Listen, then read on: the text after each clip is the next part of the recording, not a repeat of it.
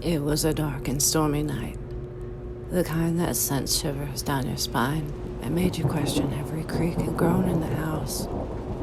Sarah sat alone in her room, the only source of light coming from the flickering candle on her bedside table. As she tried to settle in for the night, a feeling of unease washed over her.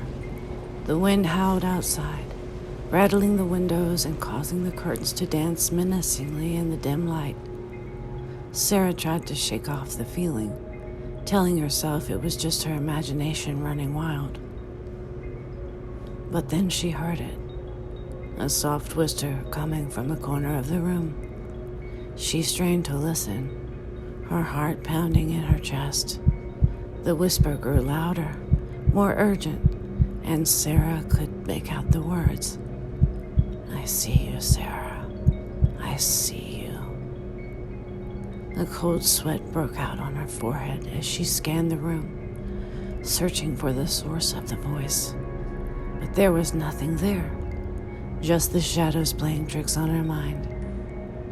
She tried to convince herself it was just her imagination, but the feeling of unease only grew stronger. And then out of the darkness, a figure emerged. A tall, shadowy figure with glowing red eyes and a sinister grin.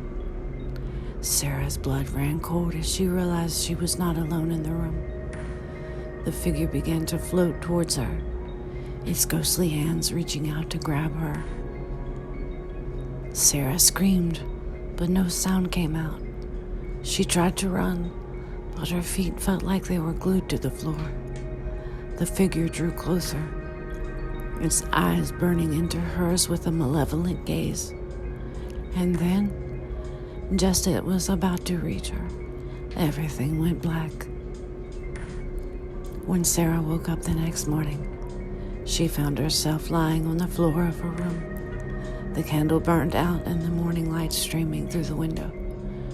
She tried to shake off the memory of the night before, telling herself it was just a bad dream.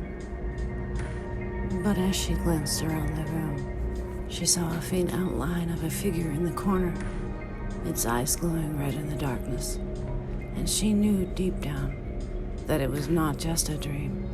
It was something far more sinister, something that would haunt her for the rest of her days.